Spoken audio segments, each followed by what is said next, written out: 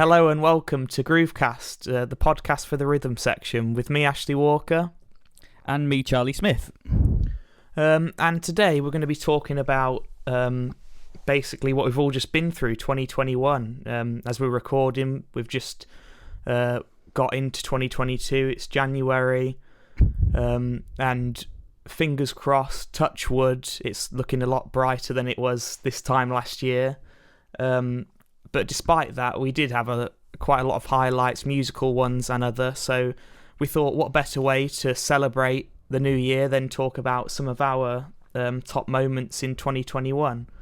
I think to start with, obviously 2021, we were in a lockdown at the beginning of the year, and although there weren't many live opportunities to play, Charlie and I both were kind of getting to grips with the online thing, and I know we both sort of were doing the online thing, and I know you had a couple of big musical moments at the start of 2021.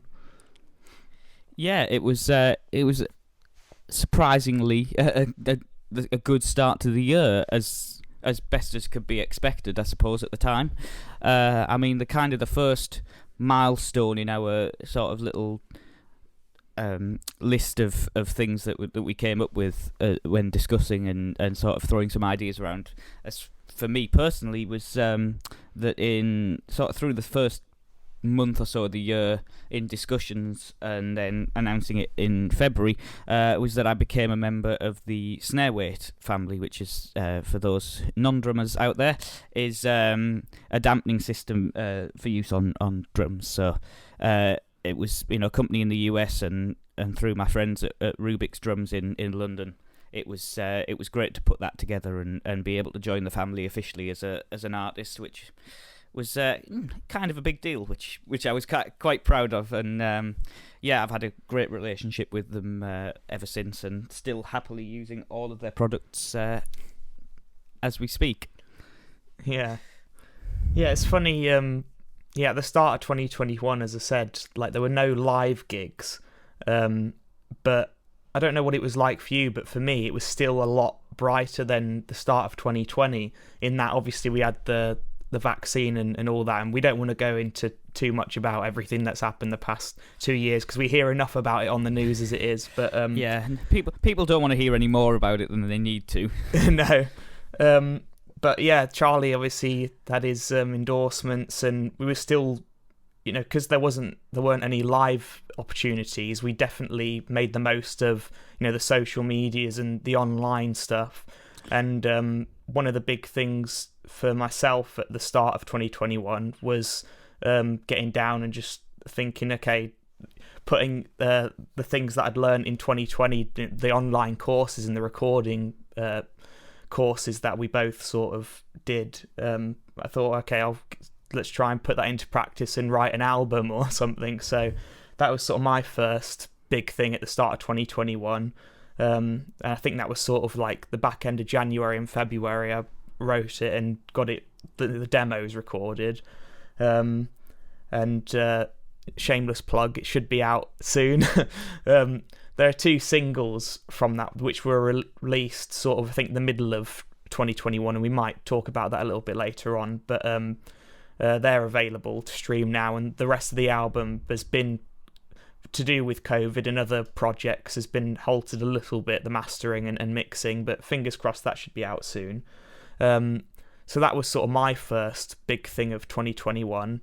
And then, off the back of that were the sort of online projects, and once that was all finished and recorded, Charlie and myself got to doing some pretty cool recording projects, and with our friends as well as just ourselves.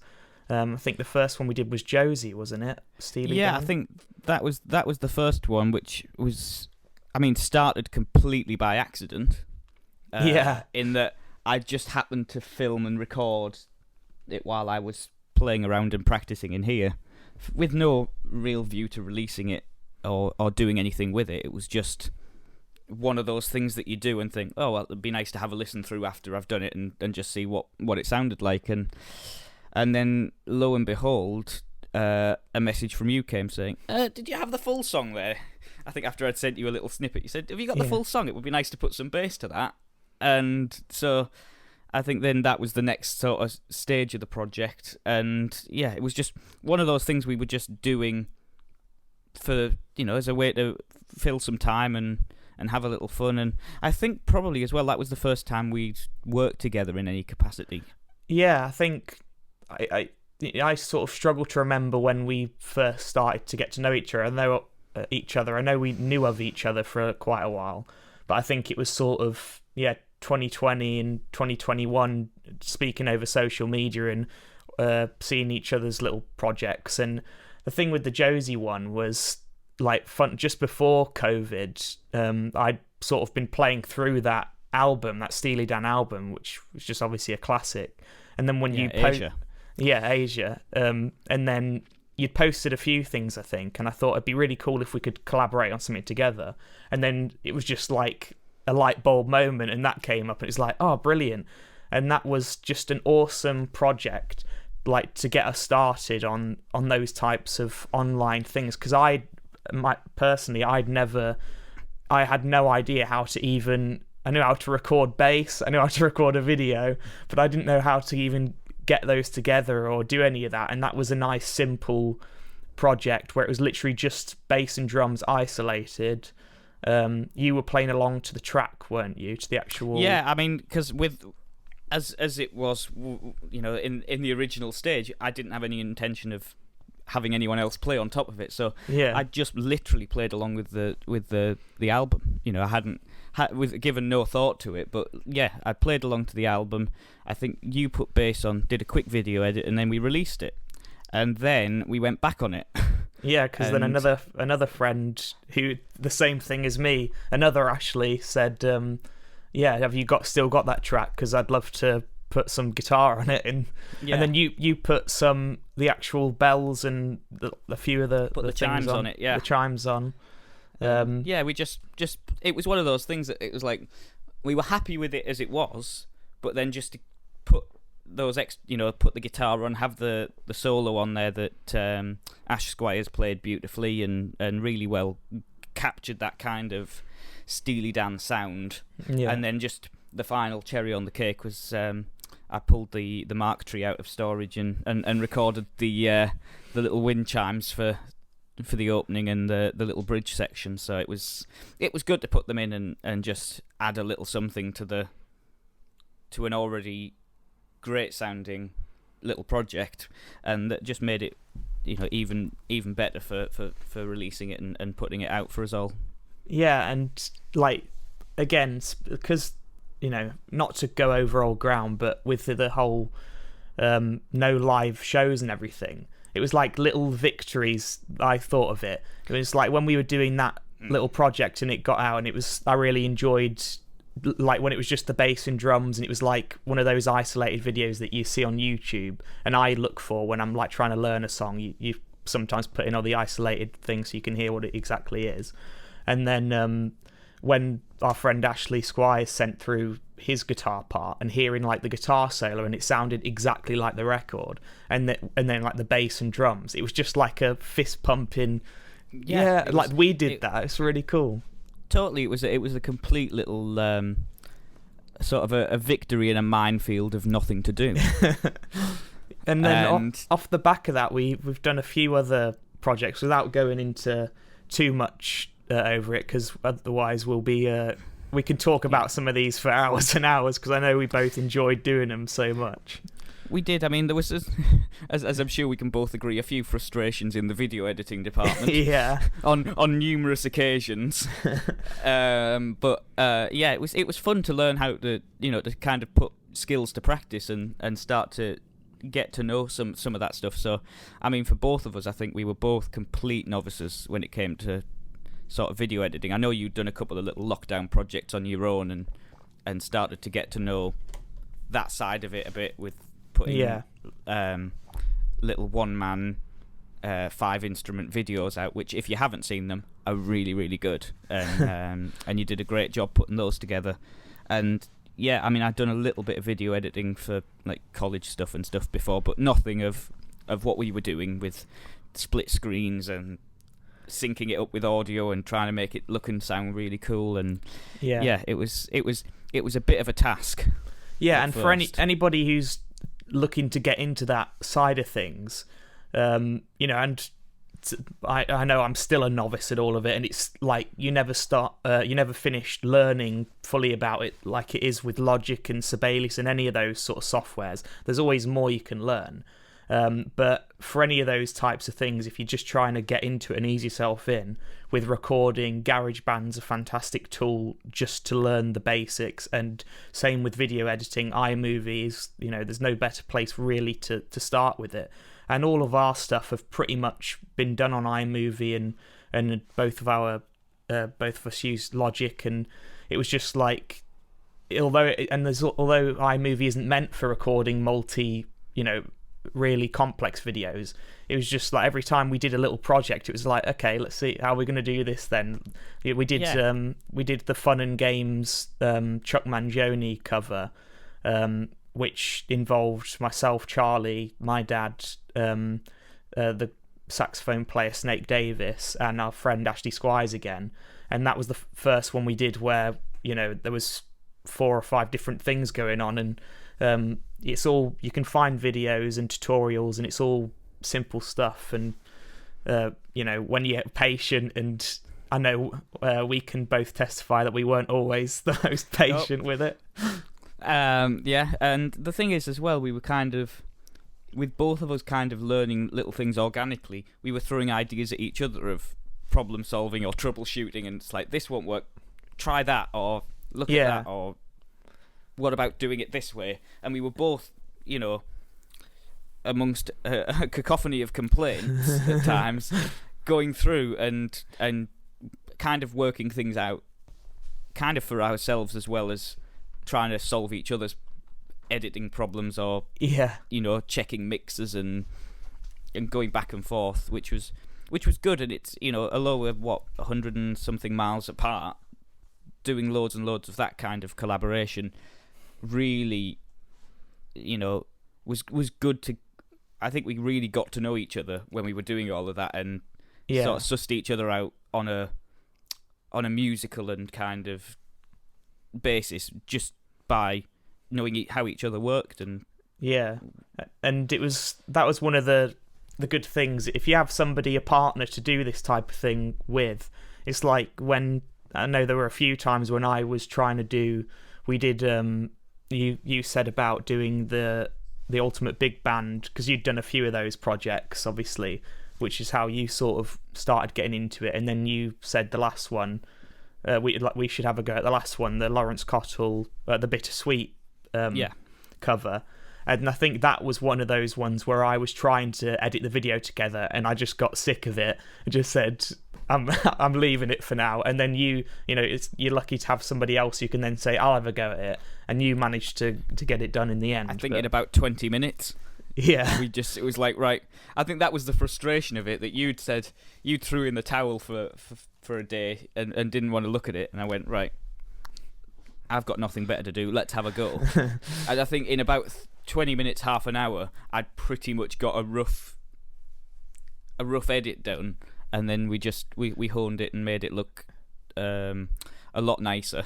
And made it a lot more polished, and then it was good to go, and that was, I think that was where sort of the Fun and Games thing and the Josie thing was more, you kind of led that a little bit and put a lot more time into it, probably more so than I did.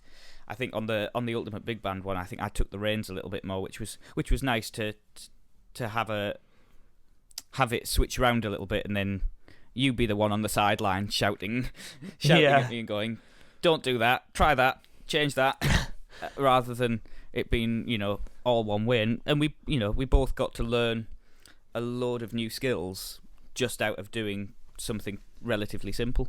Yeah, and what was funny about that last one, the Ultimate Big Band one, was, I know the way Charlie works a lot of the time is, playing it all through like organically, one take, and trying to, which is the best way to do it. I have to admit that I haven't always been that way, because I tend to get annoyed at myself and little imperfections, and not that I am perfect in any way, shape or form, but if I'm not happy with it, it tends to irritate me.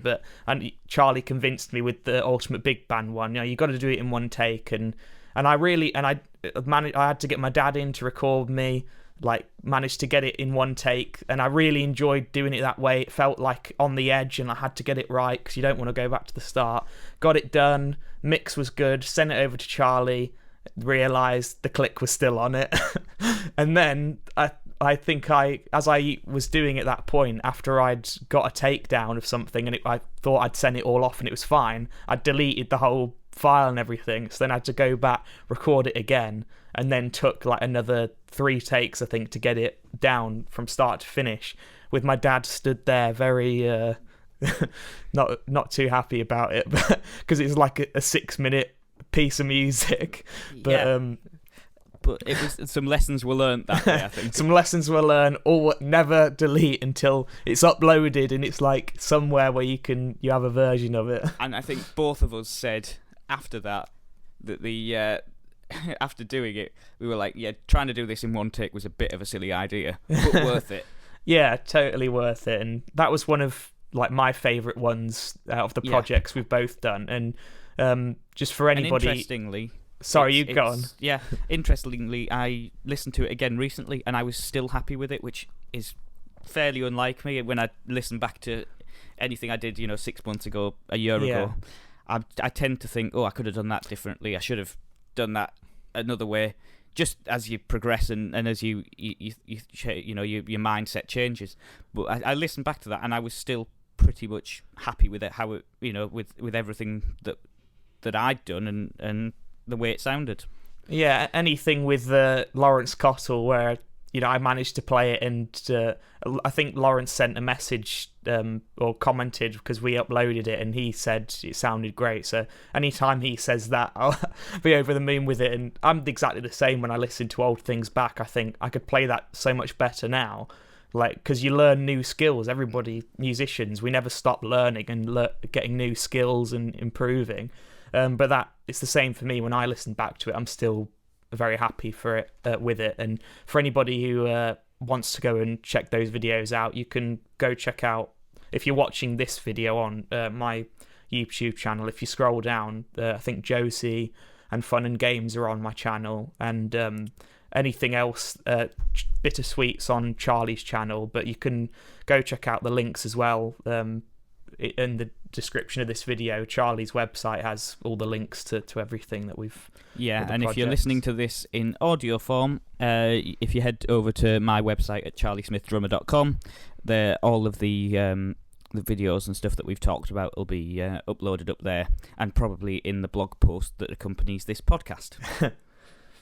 Yes, that was kind of like the start of our respective 2021s. A lot of online stuff. We got to know each other, and then when the restrictions began to be lifted, we ended up meeting each other, and you got to do some cool live gigs. Do you want to kick us off with? Yeah, with well, I mean, while we were just on that sort of subject, I mean, that was probably May last year.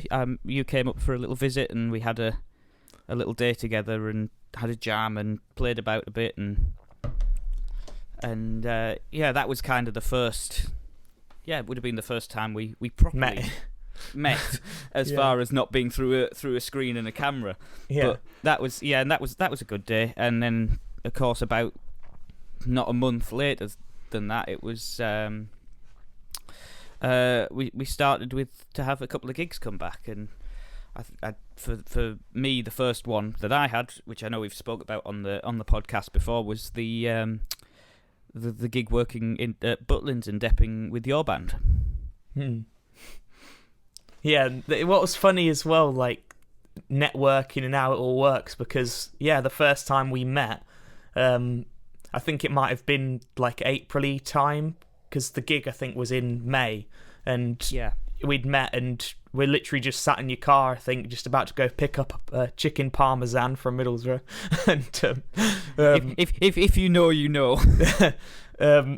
So we were just sat talking, and then the gigs were coming through. The ones, and I'll talk a little bit about those gigs for me, from my point of view, after this. But the gigs came through, and the drummer couldn't do one of them, so I just said to Charlie, "Are you free on this date?" And so that was it, like simple as that. And first proper gig back, really. That was it. Yeah, I think it was the 30th of May or something.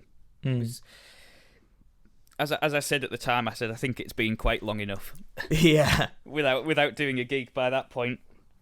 That I was ready, and I know probably less so for you as far as having your little bits that you're going to talk with the summer season and stuff that I'm sure you're going to.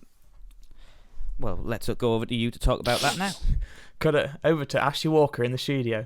The first. So that was like the online projects, and they were all kind of happening April time.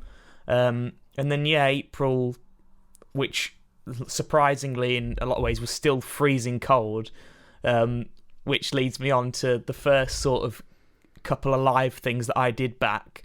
Much as it was in 2020 for me, I managed to get some outdoor, gigs with my own band, just little sort of pub things, and April, they were all sort of kicking back the outdoor ones, and the first one we did back was at a pub in Skegness outside on this stage in the middle of a field, freezing cold, audience so far away you couldn't hear anything from them, if there were any there at all. But yeah, those were sort of the first things I did back, and I just remember having just such a great time. Just it was almost, and like I said before, with 2020 it was still a little bit more down about everything and not sure if it was going to come back completely, but it sort of felt at this point that it was going to come back, and just enjoying every moment of it. And that was April. I think we did our first couple of outdoor gigs, and then we got a call from Butlins asking if we could play there, which was just like amazing for us. And coming from a family like everybody's worked at Butlins, it was like I was the odd one out. So that was a massive sort of step, if you like, and getting in there. And then that kind of takes us back over to Charlie doing one of the. I think we did one the week before, and then Charlie came and did one with us. And then the summer season that I was meant to be doing kind of restarted, and that was kind of how I got back into the flow of things at the start of 2021. I know it was a bit different for you because your stuff was mostly before like theatre based, but you managed to get some other stuff in. Yeah, so through a few really, as we say, that one with you was my first back, and then kind of after that things started to pick up a little. So I started working for a booking agency, supplying tribute acts and things to those holiday parks, and that kind of was my route back into a busy diary. And I think I ended up doing 30 plus gigs over the summer with them, probably between on and off between June and October, just some of them local, some a bit further afield, as we'll probably talk about later on. That kind of filled my diary up pretty well, at least while the theatres were shut and there was no touring work happening, that kind of side of things. It was a bit of a lifeline and something good to pick up from, because again at that point, at the end of May, I'd finished all my university stuff, all my studies were done with, so I had a lot of time on my hands. Yeah. And I was starting, I started doing a little bit of teaching from about that time, and sort of still some online teaching, some in person, and then gradually getting back to mostly in-person teaching, which was good. And then those gigs just helped to keep a good flow going, as my granddad would say. Keep a good flow going. Apologies to anybody from the north. I know I insult you. I'm sorry. We're used to it. That was. I remember sort of. It's funny talking now, like 2021. Even though in some parts it just went so slow and dragged, just like itching to get back at it, but it's just flown by. I mean, I remember sitting in your car talking about that Butlins gig, and then you saying you had a couple more with this company, Pure Entertainment, Pure, is that what it's called? Well, yeah, that's the parent company, and then Pure on the musician Pure side, Muso, isn't it? Pure Muso, and Yeah. and it's it was funny how it worked that you ended up doing a gig or two for them in the end, or just by chance, and that was that's something we'll talk about slightly later in the episode, but. Yeah, that was mainly it, for you getting to the summer season, and then for me getting into that, and then I think the next little thing that went was through doing all of that. I came in between gigs, and we had a little weekend together, which is where the seeds were planted. Yes, the seeds were planted for doing a podcast. Could you imagine that? Yeah, we'd both sort of. You'd done a course on it, hadn't you? I think we might have mentioned it in one of the first episodes. Yeah, so it was one of those things that was kind of mentioned at university, and I think my words at the time were, "There is absolutely no way I will ever do a podcast," which about 6 months later was proven completely wrong. When you said to me, "Wouldn't it be good to do a podcast?" and I went, "Yeah." And, I can't remember where it, because like we obviously getting to know each other online and doing Zooms, we talked about all this type of thing, but yeah, I think the key moment after we'd thrown the idea about chatting in on the phone or in messages and whatnot. But I do distinctly remember I was stood in your kitchen with a cup of tea one morning, and we were talking about it, and kind of it came up in conversation, and it just kind of laid the groundwork for it. And then that would have been June time, and then by the end of July we had the first episode out. Yeah, and I think that's another thing when you for people listening and anybody who's interested in starting a podcast or a YouTube channel or anything creative, when you have somebody else that you can bounce off of, and it's like going to be good when you not come up with an idea, but sort of say something like starting a podcast, and the other person's just as enthusiastic, and then I remember us just like saying ideas, and wouldn't it be good if we did this, and we can talk about this, and it's it just comes naturally at that point. It was like the ultimate brainstorm where we didn't really think about it. It was just the ideas seemed to flow, and that's the other good thing, is that when you've got a partner to do it with, that if an idea is bad, or it needs work, you aren't just going to go ahead with it and plow on anyway. You're going to have that conversation and try and hone everything that you do, and try and keep it to to what you want and to how you want it to be. And the other great thing, of course, is there's no control freaks in Groovecast, because there couldn't be. No, but that was one of the big sort of moments for both of us in 2021, because here we are in January, I should say, and 7 episodes later.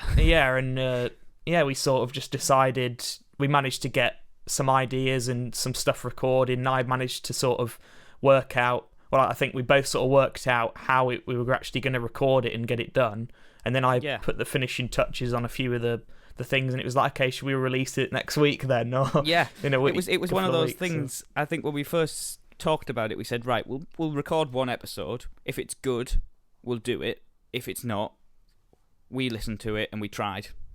And then that was it. It was like almost recording a pilot of a TV show. Yeah. To try and get a series. We did the pilot episode, which became episode 1, Pandemic Life. Which, if you haven't listened to it, when you finish this episode, of course, go and give that a little listen for some more in-depth pandemic thoughts as things were just starting to open back up. But it was we recorded the one episode. And we I think we both listened to it, which for both of us, we find listening to ourselves talking especially uncomfortable. Yeah. Sometimes listening to yourself playing is bad enough, but talking is just even worse. But we both forced ourselves to listen to it and came out with, I think, the same thing, was the same feeling of, this is actually quite good. Yeah, we were quite happy with it. Yeah, and I know a lot of our well, I had friends that listened to it, and it was just, what the whole thing of it is for us is just two friends talking about music and our own experiences and our family's experiences, and that was a really good moment. And I'd also be interested, and if anybody listening or watching, if you went back and listened to them now and the stuff that we were talking about, because at the time of recording like the first few episodes, that would have been around June, July time, and it was only just opening up. And obviously since then we've kind of gone back into restrictions out again, and like the way we sort of talk about the future now, it's what is it, 6 months, 7 months, whatever on. But yeah, that was a good a big sort of highlight of 2021 for both of us. And it sort of brings me on to around the same time for me, because we're sort of at July time now in 2021.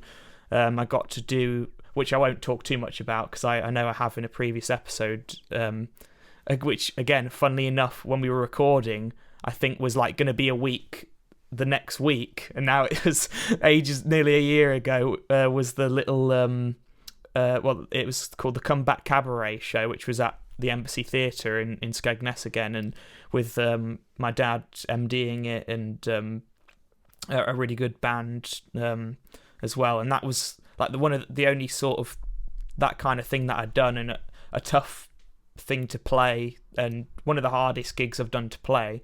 But that was that was kind of another sort of highlight of 2021 for me, a different experience, and that sort of brought me into the summer of 2021. Yeah, and then kind of with the summer as it was, you were pretty tied in with the summer season. I was working all over the place, and kind of things settled a little bit as the autumn came. And I mean, for me, the two sort of main things work-wise was really kicking off the Dainties Tour, which was great to do, because again, that had been postponed by a year from what should have been 2020 and then was 2021. But it was a great pleasure to do that, and I think we ended up doing 11 or 12 gigs all over the country, from Glasgow, Edinburgh, Birmingham, London, Brighton, and finishing up with a resounding show at the Sage in Gateshead, which was just as we've spoke about on here before, there's some venues that you just kind of dream of playing, and really when you do, it's a bit of a special moment. And for me, the Sage with Martin, and it being kind of a home gig for the whole band, that was a really, really great show to end the tour with. And yeah, it was just one of those things that you kind of, it never hits you till you do it, and then you sat there thinking, this is pretty cool, Yeah. And it was just something for me very different, having done the past couple of years of mainly doing theatre stuff or reading gigs, to be then doing a gig that is totally the opposite of that, with it being as as a lot of people with Martin Stevenson, the set list is a blank piece of paper, because there isn't one. He, it's all just how he feels and wherever the audience or the evening takes you. So to do a gig like that, and everything's changing all the time. There's no fixed arrangements. There'll be solos added or things changed, endings different, and it's just a very, very nice gig to have done, and something really nice and different from the other stuff I'd been doing over the summer. So to do the tour with him, and to I ended up meeting a few really great guys along the way. Lenny Kay, who was Patti Smith's guitarist, who just happened upon the 100 Club in London while we were there, and he of course he'd produced an album for Martin about 30 years earlier, so that was kind of cool. And then also just of a different nature, bumping into Alexander Armstrong from Pointless and Classic FM while doing a show up in Alnwick, which and to find out he was a fan of Martin's and have a lovely chat with him, that was a bit of a great moment, just of the tour and in general. Yeah, and if for anybody who hasn't already, you've got to go check out Charlie's blog on that, the Dainties Diaries. If you want to hear, more about the specific gigs and the trips, you've got to go and give that a read. It's just a sheer pleasure to read, and I've enjoyed those. So I hope you keep those up, pal. Well, it's one of those things that when we knew that we were going to go on the tour, I tried to document it kind of as much as possible, taking little notes here and there, or little stories as things happened, or and then getting to looking down at some of the photos from some of Martin's fans and things, and some of the guys that we had photographers in, and it was just great to put a little something together at the end of the tour, as the tour was going along, of my thoughts and little things and little anecdotes, as well as some of the really great pictures, and bringing some of the fans into it as well, of the pictures that they'd taken of us at the gigs, and yeah, it was one of those things that, I mean, over the last kind of year since I launched my website, which is something we should have probably mentioned earlier in the episode, but it's one of those things that just completely didn't cross my mind. But getting into kind of doing a bit of blogging, and I mean, I've always kind of loved long form writing, so being able to write that, and I mean, you kind of described it best when you read it and said it was just like hearing you talk. And it is. It's just the way I approach it is. It's just a train of thought. Yeah. I was going to bring up a really good. Oh yeah, that was the point I was going to say. Was that you saying about doing this diary and trying to remember, having something afterwards to sort of the little anecdotes, and the amount of times I've heard my dad and older musicians and people say, if only we'd like written a book, or written all these things down. They'd have like a book this big, and that's the sort of great thing about the online stuff, and having a website, and also just having your phone or whatever, just to write these types of things down. And you've definitely done the right thing with doing a blog. Yeah, and the other thing is just having a camera at the end of your arm, on your phone and everything, that you can just capture little moments to look back on later on. And there was some really, really great times on that tour, on stage and off. There was some interesting times. I mean, as we've discussed before, falling down the stairs at Tottenham Court Road wasn't my proudest moment, but it happens. And someday there will be an episode of Groovecast with a few of these hilarious gig anecdotes, I'm sure. Bloopers. Yeah.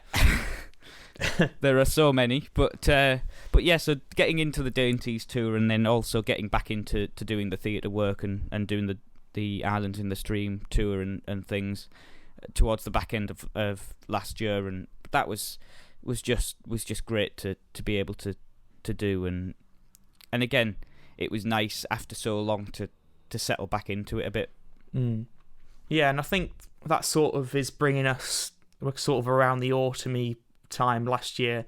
I won't go into too much detail about it, but just when I was thinking of my sort of highlights and great moments from 2021, a couple of those were going back to Ronnie Scott's after might have been even 3 years, I think, since I'd last been there, obviously since the pandemic, and I think it was around November 2018, the last time I went. My dad and myself went to see Lawrence Cottle playing a portrait of Jacko. It was called this sort of tribute to Jacko Pastorius, somebody he obviously knew, and that had been postponed more times than I can count, with COVID. So we got to see that, which was sort of the summer, and getting back to a live gig, and we got to see Lawrence afterwards, and just what a gentleman, a nice guy, so humble as well. And it was just like my jaw was on the floor the whole time, as you can imagine.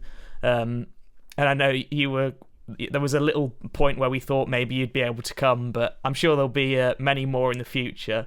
And then one of the shows that we both managed to get to see, respectively, was Genesis Live, which again was one that my dad and I had booked since like beginning of 2020, and and we got to see them at Leeds, and that was just one of those hair standing up on the back of your neck type of things, being back after everything that had happened. And I kind of just forgot how much I actually loved Phil Collins and Genesis as a band, and you got to see him as well, and I know you had a great time as well watching. Yeah, them. I mean, I went, I think, a week after you. I mean, the difference was you'd planned your tickets long in advance. I booked mine the week before because it just happened to have a pocket open up in the diary where I could go and see it. And as you say, it was one of those gigs that you kind of knew was always going to be once in a lifetime. Yeah. You sort of knew that this wasn't going to come around again to see that especially that lineup with Phil, Mike, and Tony, and then Nick Collins and Daryl Sterner, and it was just great. And as we both came out and said, what a show! Just not only musically but visually and with all the lighting and the effect and the screens and everything that you kind of come to expect from a Genesis gig, and it totally delivered for both of us, I think, and it was certainly a memorable night. Yeah, and what a great concert to see, first concert back after everything. And that sort of brings us to sort of my sort of next highlight was sort of, I think, October-y time, 2021. My sort of season sort of had wrapped up by that point, and I got the call to do a gig with the Snake Davis band, and he was doing, I think it was his classic sax solo tour that he does, playing all around the country, and I got the call to go and do that in Shaw near Oldham. Is it the Playhouse 2? Is that what it's called? I know that you. I think so. Can't remember what it was called, but I think it was the Playhouse 2 in Shaw, like a lovely little venue, and that was just incredible. Like, probably my favourite gig I've ever done. Just playing with such lovely people and just supremely talented.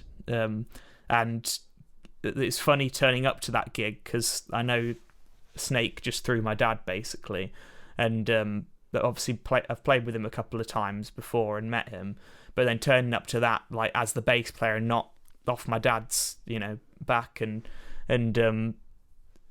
turning up and the keys player being somebody that I've remember meeting like 5 years ago or something with my dad on a gig, and like going to introduce myself and him remembering me, and it was like you go, like you would have experienced with your granddad going to gigs as the kid, and this is Paul's grandson or Steve's son, and then you turn up and it's like, oh, this is Ashley's dad.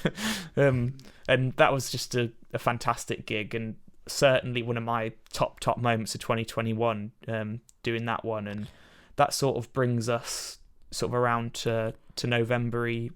You did your tour, and then you got the call for one of your big moments. Well, so it was, I mean, kind of the first of two sort of large moments for me as the winter rolled in was kind of first getting to go down and accept my degree from ACM in London. That was a pretty proud moment. I was really glad that restrictions allowed for that to take place and to go down and don the cap and gown and get to experience a proper graduation ceremony, especially after a year and a half of online learning and all that went with it. It was really cool to do that at last, and then straight from that into Pantoland, which was something good to do just to round out the year. I did, I think, what ended up being about 8 weeks at the Gala Theatre in Durham, working on The Adventures of Robin Hood, there was many laughs had both on the gig and off, and it was just a pleasure to work with such great people on there, and it was a great experience.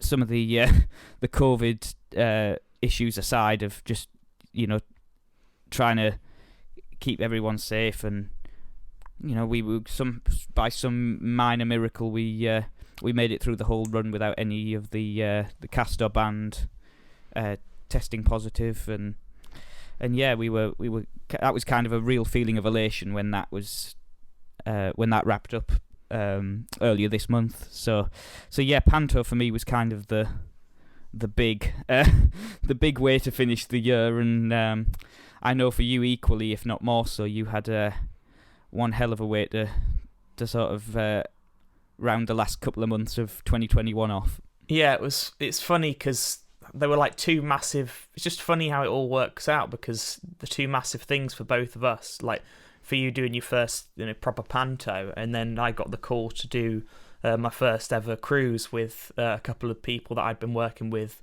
for most of the year already, and we got to go to Norway to see the Northern Lights, and went down to Spain and the Canary Islands, and which was lovely to be down there in December. Yep, you never rubbed it in once, did you? No, definitely not.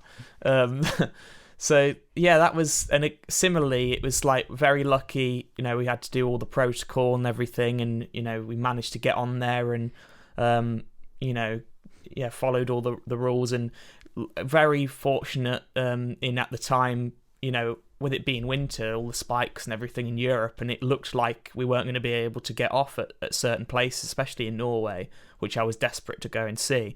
And then it was just like fate, helped us out, and just a couple of days before we got there, they said, "Oh, we're allowed to get off now." And any of like the Panto and my cruise stuff, if you go check out our social medias, we've got zillions of photos of all those things. And yeah, again, if you go to Charlie's website, which will be linked in the description to this video, there'll be all the links on there, and the photos and all that type of thing. And that was it. And I mean, I remember your message of sitting and eating tapas, saying, "How's the snow in Durham?" I remember that. But yeah, it was I think a great way to round the year off for both of us. And then of course, with those as well, we both ended up doing different gigs on New Year's Eve. I'll let you kind of elaborate first of your little job. Yeah, I mean, as is the pretty standard thing, most musicians, you have your gig on New Year's Eve, and because we'd done a few more Butlins-y things with my band Fusion earlier in the year that we've kind of glossed over, like in the summer and stuff, and then with like it becoming winter, obviously, and COVID, we weren't sure if we were going to get a New Year's Eve gig, then the cruise coming in, but fortunately we managed to get one. Long story short, we weren't sure until a couple of days before how long we were going to be doing, and turned up, and it turned out there were two other bands on, and we were in the middle, and we only needed to do an hour, so we managed to be home, feet up, kettle on, 9:30, and got to see the New Year in at home after playing just a fantastic gig at Butlins to wrap up, I should say, a fantastic, for me, 2021, and a great December. And I know you weren't so fortunate with the timings. Well, in stark contrast, for me, New Year's Eve ended up being a 3-gig day. So I did my 2 pantos through the daytime, and then on the evening I got a call about a week or so before from a great drummer, Richard Blanchard, who's also a really great percussionist, who again is one of those people who I'd first met as about a 7-year-old when he was on percussion with Peter Grant and my granddad was on kit. And it was one of those sort of bizarre moments when he was like, when I got the call to see if my granddad or me were available to dep for him, doing a sort of a jazz swing jump jive kind of band at a venue in Durham, and it was great how it worked out that I was able to do it. And it, considering the amount of, again, COVID related issues of there was numerous deps in that band that night, and it was, the gig went really, really great. Everyone was just reading the parts and sort of feeling the way through it. But we did some great tunes, all your kind of classic Sinatra, Matt Monro, and a few rock and roll Elvis and Chuck Berry things as well. So it was really good, and just a nice way to finish off what had ended up being a rather good year for, I think, both of us. Yeah, and that kind of brings us round to to the end here. I know we don't want to take up too much of our lovely people's time. Yeah, as you say, brings us to the end of what has been another packed episode of Groovecast. And wishing everyone a happy, healthy and safe 2022, hopefully filled with many gigs, and I'm sure many more episodes of Groovecast as well. Absolutely. So we'll see you next time for the next episode of Groovecast. Bye-bye.